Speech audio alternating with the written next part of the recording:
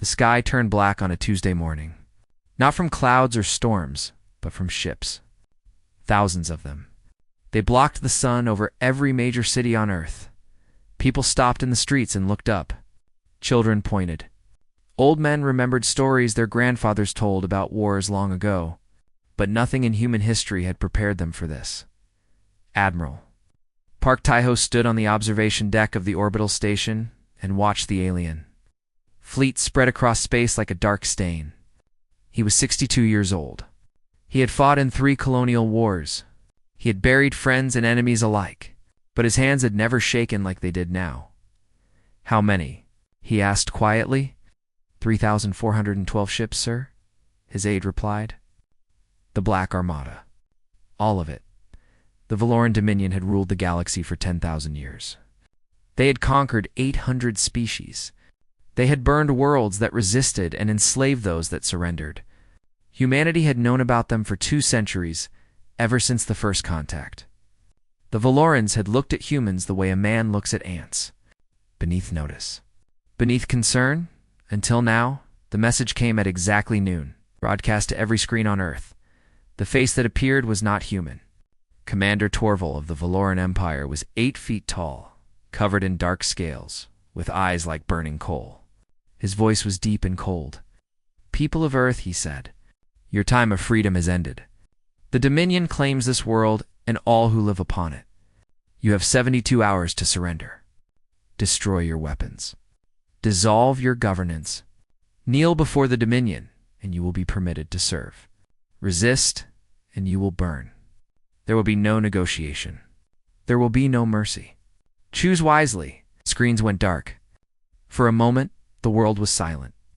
Then the panic began. In Seoul, the United Defense Council gathered in an underground bunker. Presidents and generals and admirals from every nation sat around a long table. Their faces were pale. Their voices were low. Fear filled the room like smoke. President Kim Yoon stood at the head of the table. She was 51 years old, small in body, but strong in spirit.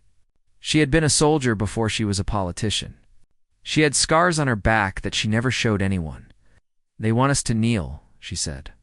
Her voice was calm. "They want us to give up everything we are. Our freedom, our dignity, our future. They think we are weak because we are young. They think we are afraid because we are small." She looked around the room. "Are they right?" No one answered. Admiral Park Tae-ho stood up slowly. "Madam President," he said, "I have studied the Valoran conquests. Every species that surrendered was enslaved. Their children were taken. Their cultures were erased. Surrender is not survival. It is a slow death and resistance." Asked a general from Europe. "They have 3,000 ships. We have 300. They have weapons that can crack planets. What do we have?" Admiral Park smiled. It was not a happy smile. "We have secrets." For 200 years, humanity had watched the galaxy. They had seen empires rise and fall. They had seen peaceful species destroyed without warning, and they had learned one simple truth. The universe was not kind. So while they smiled at alien ambassadors and signed trade agreements and pretended to be harmless, they had been preparing hidden shipyards in the asteroid belt. Secret bases on the moons of Jupiter and Saturn. Weapons that officially did not exist. An entire shadow fleet built piece by piece over generations. Waiting for the day when preparation would become survival, President Kim Yoon made her decision. "We asked for 3 days," she announced to the world. "Not to surrender, to prepare. Every person who can fight will fight. Every person who cannot will shelter. We will not kneel. We will not beg. If we must die, we will die standing."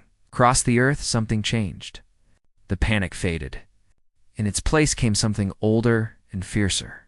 People remembered who they were. They remembered ancestors who had faced impossible odds and refused to break.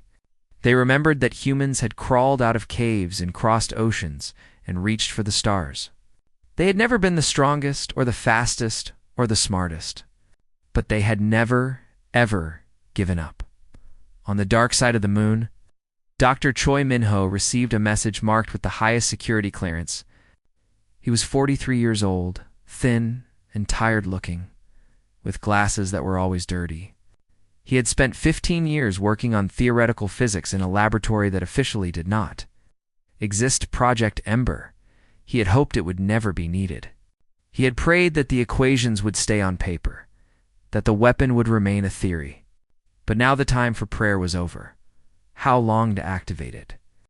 Asked the voice on the secure channel. The device is ready, Dr. Choi replied. But we need a catalyst. A specific element that only forms in the heart of a dying star. There is one such star within range, but it is in Valoran space. Can we get it? Dr. Choi was silent for a long moment. Someone would have to fly into enemy territory, extract the catalyst, and return. The chances of survival are very small, but not zero. Not zero, he agreed. In orbit, Commander Torval watched the humans scramble like insects below. His officers reported their movements with amusement. Ships launching. Signals flying between hidden bases. Weapons powering up. I mean to fight, said his second-in-command with a laugh. These creatures actually believe they can resist us. Let them believe, Torval replied. Let them hope. It will make their despair sweeter when we crush them. I have burned 100 worlds. I have broken 100 species. Humans will be no different. He turned to look at the blue planet hanging in the void. So small, so fragile, so full of life that would soon end. In 72 hours, he said, this world will be ash and memory. And the galaxy will remember what happens to those who make the Dominion wait. But Commander Torval had made a mistake. The same mistake every conqueror makes when they look at something small and assume it is weak. He saw humans as they appeared. He did not see what they truly were.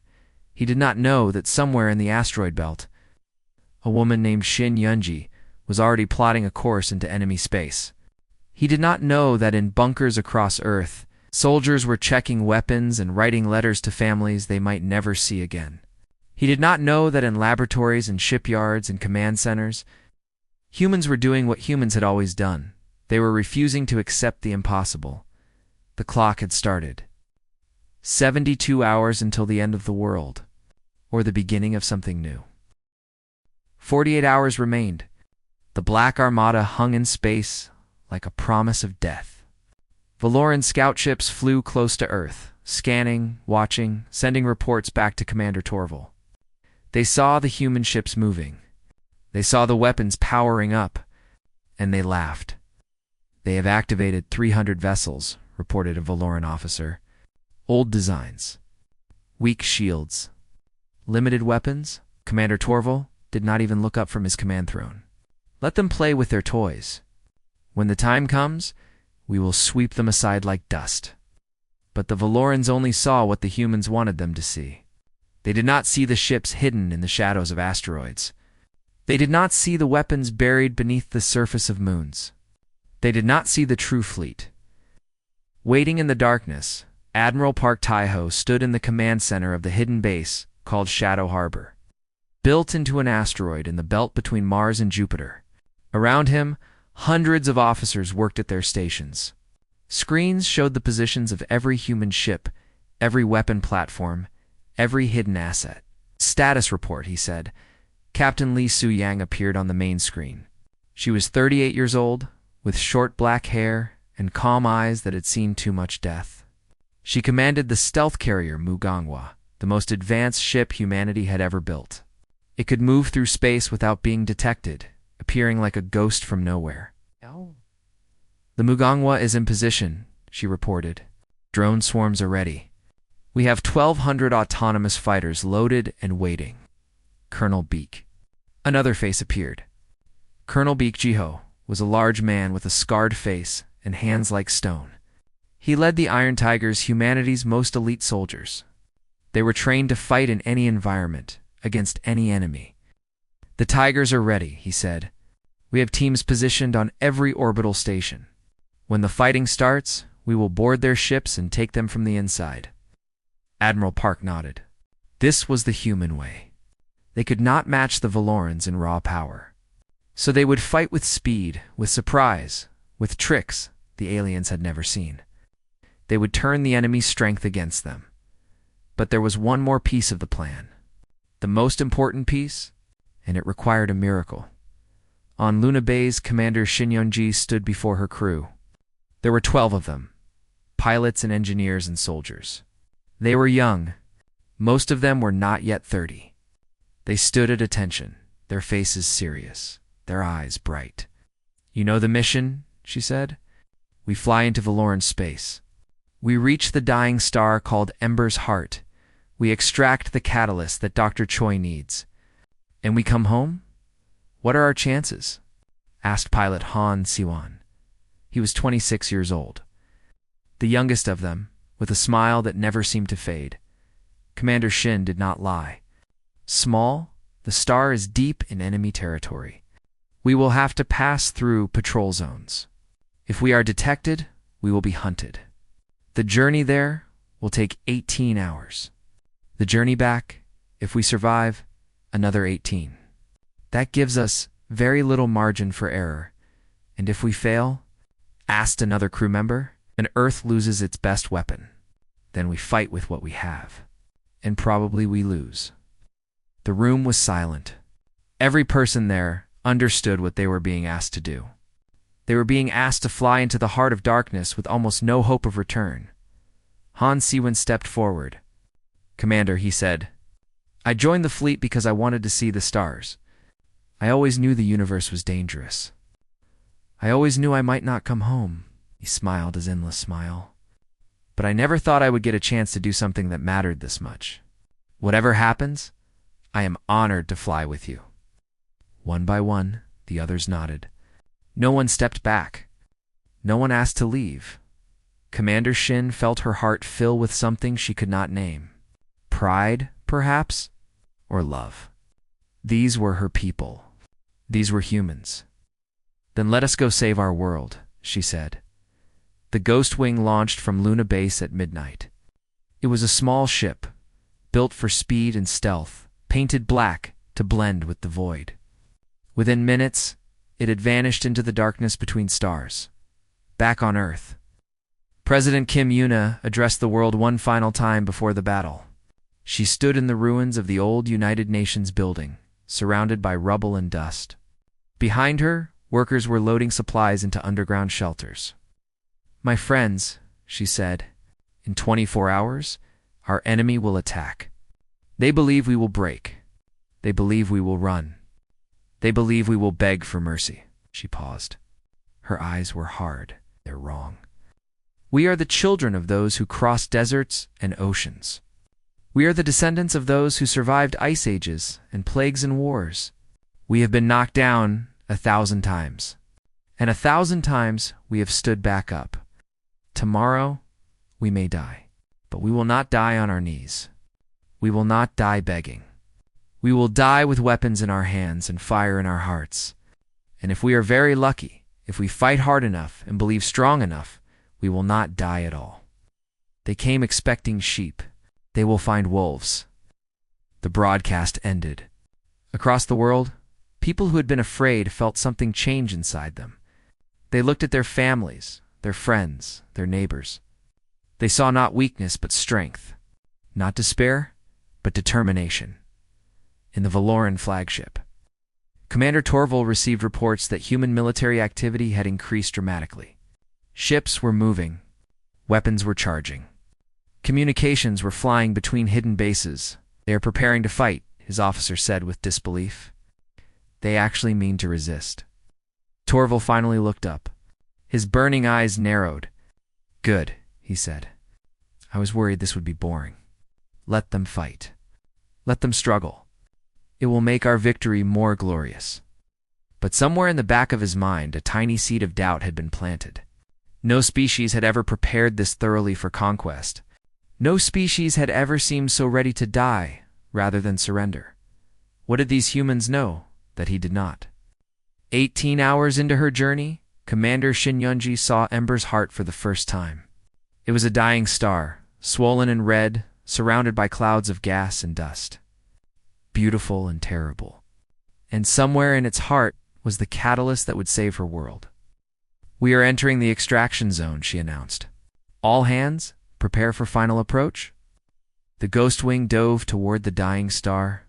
Behind them, far away, but closing fast, Valoran patrol ships had detected their trail. The race had begun. The 72 hours ended at dawn.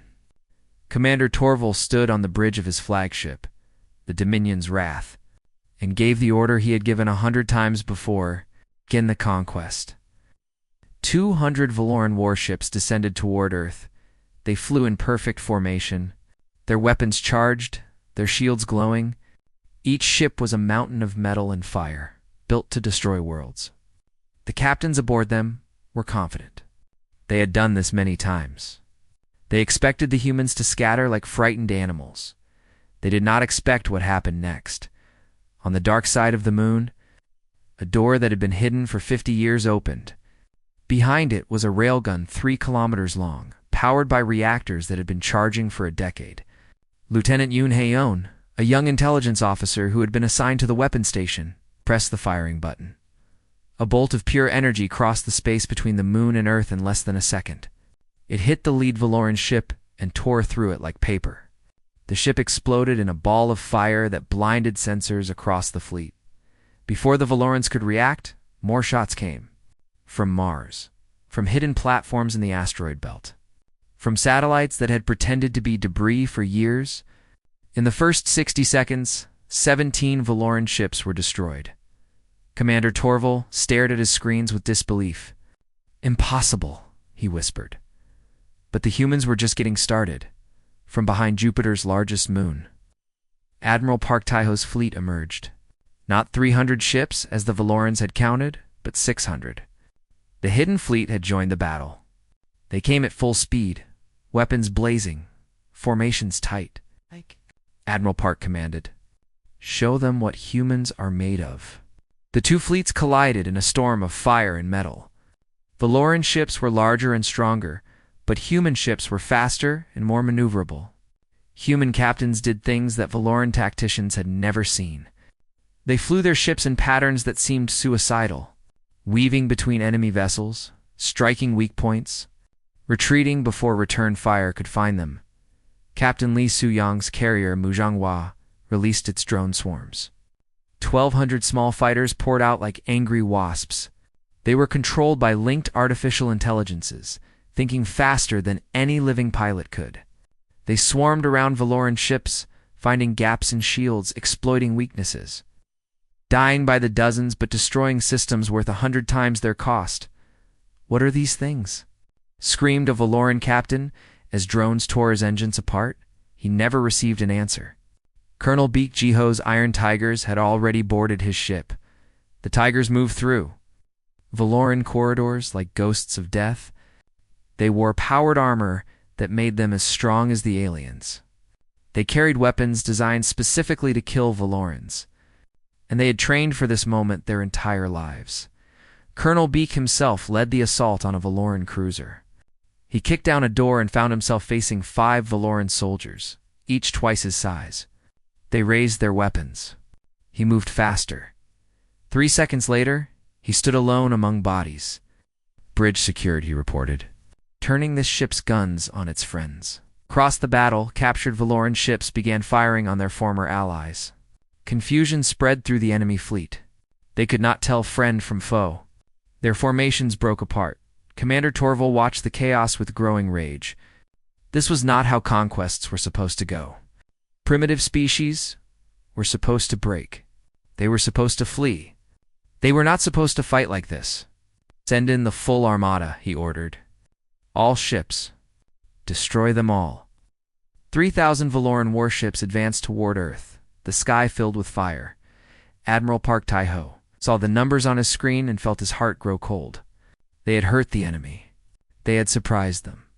But now the true battle began, and they were hopelessly outnumbered. "Fall back to defensive positions," he ordered. "Protect Earth at all costs." The human fleet retreated, fighting every step of the way. Ships died. Brave men and women vanished in explosions of light. The orbital stations fell one by one. The moon bases went silent, but still they fought. Far away, at the dying star called Ember's Heart, Commander Shin Youngju's ship was in trouble. They had extracted the catalyst, a glowing core of impossible energy, but Valoran hunters had found them. 3 enemy ships were closing fast. "We cannot outrun them," reported pilot Han Suwan. His smile was gone now, replaced by grim determination. Commander Shin looked at her crew. 6 of them had already died getting the catalyst. The survivors were wounded, exhausted, running on nothing but will. "We have to try," she said. "Earth needs what we carry," Commander Han Suwan said quietly. "I have an idea. The secondary engines? If I detach them and overload the reactor, it will create an explosion. It might look like our ship was destroyed. The hunters might stop chasing." "You would have to stay with the engines to control them," she replied. "You would not survive," he nodded. "I know." Commander Shin wanted to refuse. She wanted to find another way, but she looked at the screens and saw the enemy closing, saw Earth burning far away, saw everything they had fought for slipping away. "Are you sure?" she asked. Han Siwan smiled one last time. "Commander, I always wanted to see the stars. Today, I become one. Tell them. Tell them I was not afraid." The secondary engines detached. Han Siwan guided them toward the enemy, while the Ghostwing fled in the opposite direction. The Valoran hunters took the bait. They chased the decoy, certain it was the human ship. The explosion was beautiful. A new star was born for a brief moment, bright enough to blind sensors across the system. When the light faded, the Ghostwing was gone, hidden in the darkness, wounded but alive, carrying the hope of humanity toward home. Commander Shin Yonji looked back at the fading light where Han Siwan had died. She did not cry. There would be time for tears later. Now there was only the mission. "Set course for Earth," she said. "Maximum speed." They had the catalyst. They had paid for it in blood. Now they had to deliver it before there was nothing left to save. Earth was burning. Valoran landing ships descended through smoke-filled skies, dropping soldiers onto every continent.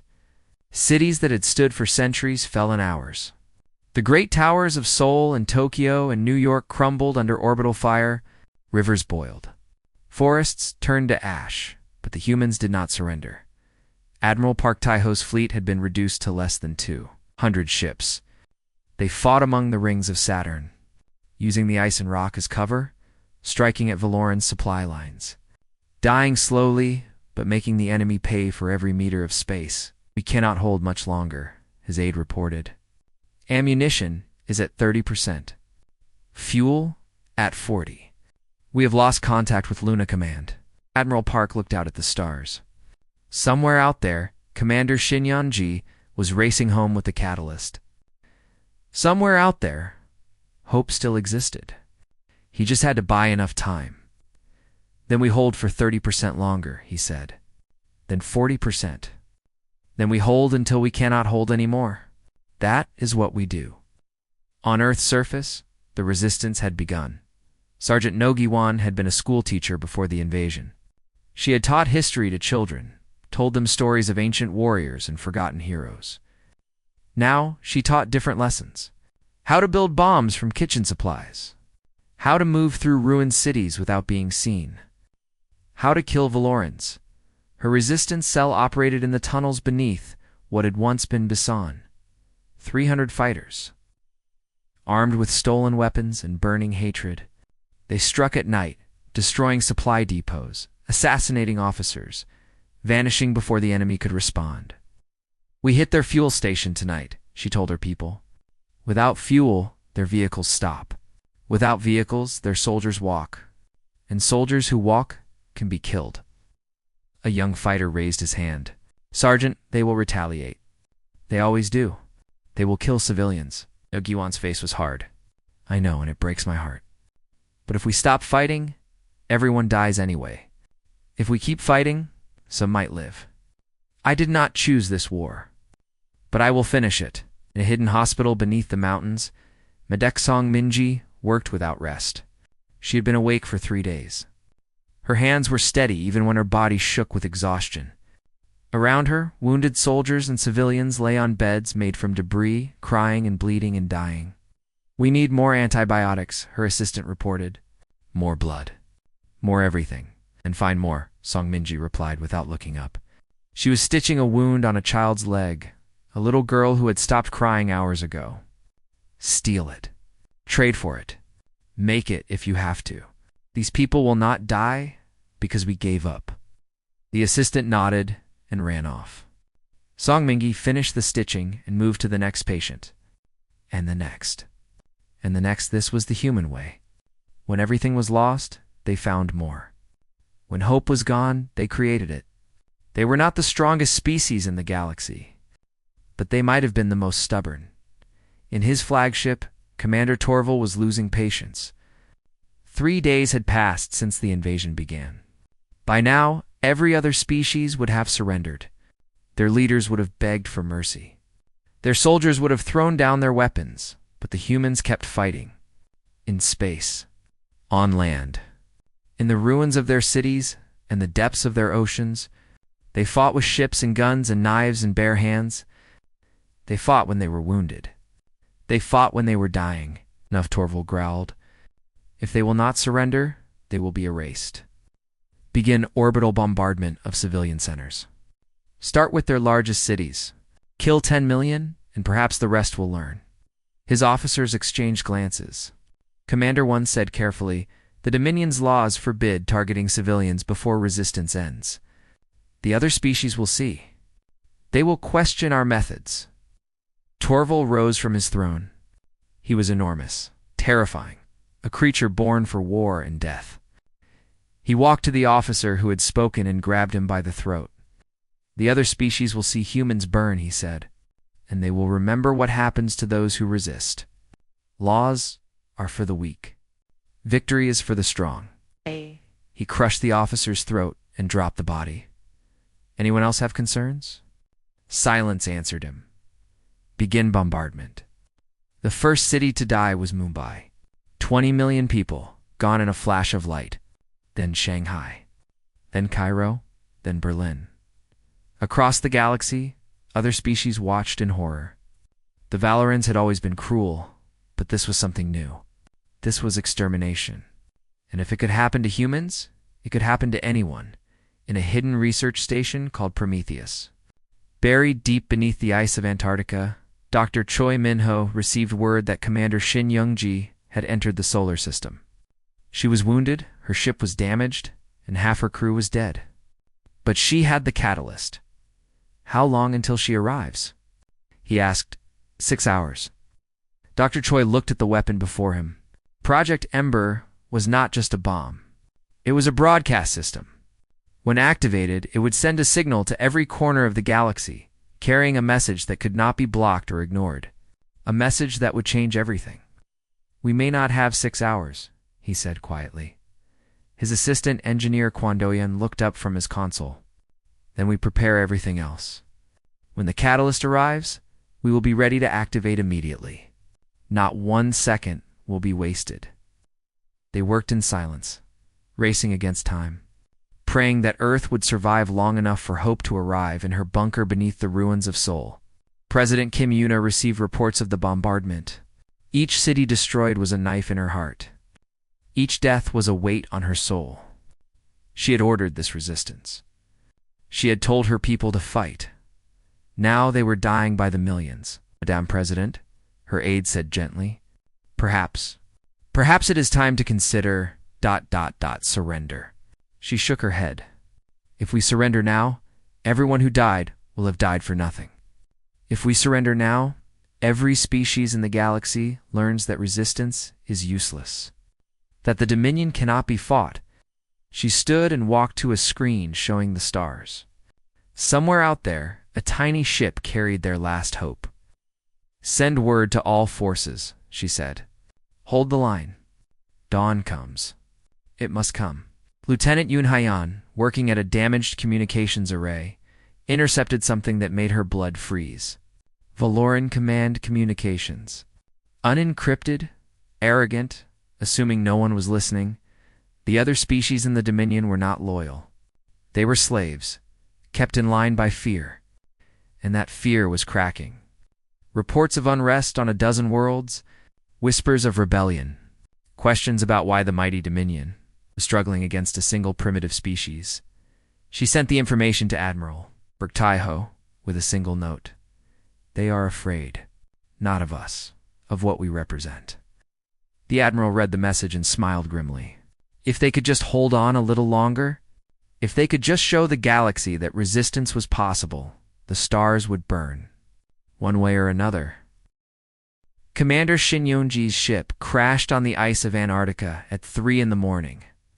The Ghostwing was more wreckage than vessel now, held together by emergency patches and desperate prayers.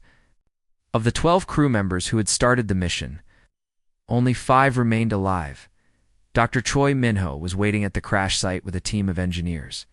They pulled the survivors from the burning ship and found the catalyst, still glowing with impossible energy, still intact. "You did it," he whispered, holding the container with trembling hands. "You actually did it." Commander Shinyonji looked up at him with exhausted eyes. "Many good people died for that. Make it worth something." They rushed the catalyst to the Prometheus station. Dr. Choi, an engineer. Kwon Do-yan worked faster than they had ever worked in their lives. Every second counted. Every moment brought more death. Above them, the battle raged on. Admiral Park Taiho's fleet was down to 90 ships. They were fighting in Earth's orbit now, the last line of defense. Captain Lee Soo-young's Maganghwa had taken critical damage, but refused to retreat. Her drones were gone. Her weapons were failing. But she was still fighting. All ships. Admiral Park broadcast. "This is our final stand.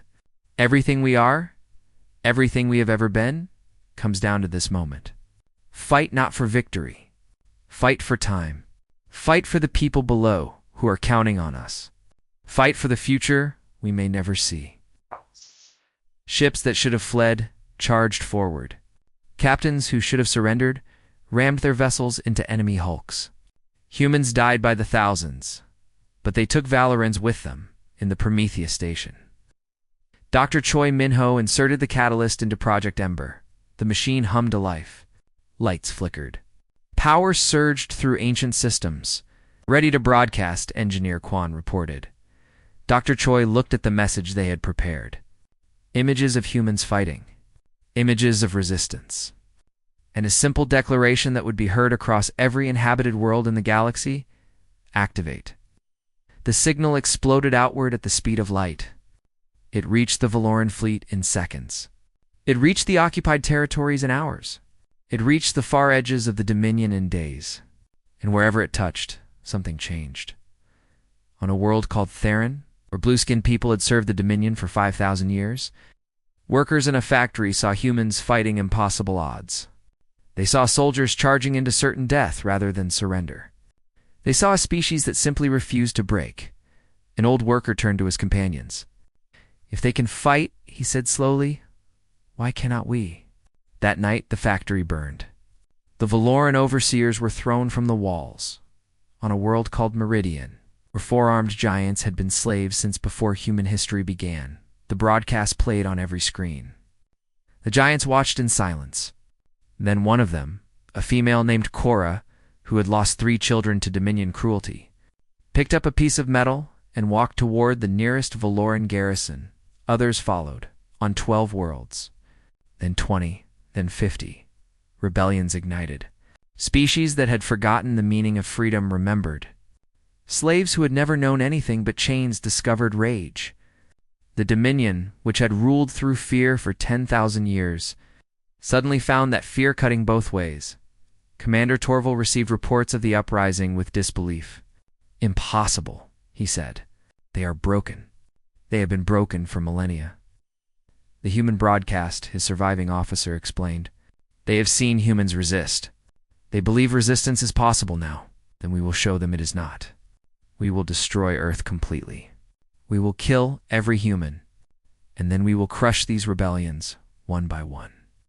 He gave orders for the final assault. Every ship in the Armada would descend on Earth. They would burn the planet to glass. They would leave nothing alive. But President Kim Yuna had one last card to play. "Operation Final Dawn," she ordered. "All forces. Everything we have left. From hidden bases across the solar system, ships launched. Not many. Perhaps 100 vessels, some barely able to fly. But they came. They gathered around the wounded Mugangwa and the remnants of Admiral Park Taiho's fleet. "This is it," Admiral Park said to his people. "One last charge. One last chance. Make it count." The human fleet attacked. It was not a battle. It was a storm. Human ships crashed into Valoran formations with no regard for survival. They overloaded engines and rammed enemy vessels. They fired every weapon until the weapons melted. They fought with a fury that terrified enemies who thought they knew what war meant. Colonel Baek Ji-ho led his Iron Tigers in a final boarding action. Their target, the Dominion's Wrath Commander, Torval's flagship. They fought through corridors filled with Valoran soldiers. They lost fighters at every turn. By the time they reached the bridge, only 12 Tigers remained. Colonel Baek kicked down the door and faced Commander Torval himself. The alien warlord was enormous, twice the size of any human, armed with weapons that could cut through steel. He looked at the small humans before him and laughed. "You think you can defeat me? I have killed thousands. I have burned worlds. You are insects." Colonel Baek raised his weapon. "Then let us see how an insect bites." They fought. It was not fair. It was not equal. Torval was stronger, faster, more experienced. He threw Colonel Baek across the room, breaking bones, drawing blood. He killed 3 more tigers with swipes of his claws, but the humans kept coming. Every time they fell, they got back up. Every wound they suffered, they repaid twice over. Private Uera, the youngest of the tigers, crawled through the chaos with a pack of explosives. She had been shot twice. Her left arm was useless, but she had a mission, and she would complete it. She reached the reactor core access. She looked back at her colonel, still fighting, still refusing to die. For Earth, she whispered. She armed the charges. The explosion tore through the Dominion's Wrath. Commander Torval, who had conquered 100 worlds, who had never known defeat, died screaming as fire consumed his bridge. The flagship's death broke the Armada. Ships that had fought confidently suddenly found themselves leaderless, surrounded by enemies, facing a species that would not stop no matter what was done to them. Some fled. Some surrendered. Many were destroyed by their own former slaves. Ships from rebel species that had arrived to join humanity's fight. The Battle of Earth was over. 1 year later, President Kim Yuna stood before the first Galactic Free Assembly. Delegates from 100 species filled the hall. Species that had been slaves and were now free. Species that had watched humans fight and found their own courage. "We did not start this war," she said. "We did not want it. But when it came, we did not run. We did not kneel. We stood together and we fought." She paused, looking at the faces before her. "We build something new. Not an empire. Not a dominion. A community. Free peoples, standing together, helping each other, protecting each other. The old ways are dead. The future belongs to those brave enough to reach for it." In Seoul, Admiral Park Taiho stood before a memorial wall. Every name was carved in stone. Every sacrifice was remembered. Dr. Choi Min-ho stood beside him, along with Commander Shin Young-ji and Sergeant No Gi-won, and Medic Song Min-ji, survivors of a war that should have ended them. At the bottom of the wall, a simple inscription. They demanded our surrender. We gave them a revolution. Across the galaxy, the stars still burned. But now they burned with something new: hope, freedom. The knowledge that no species, no matter how small, had to accept defeat. The humans had shown them the way, and the universe would never be the same.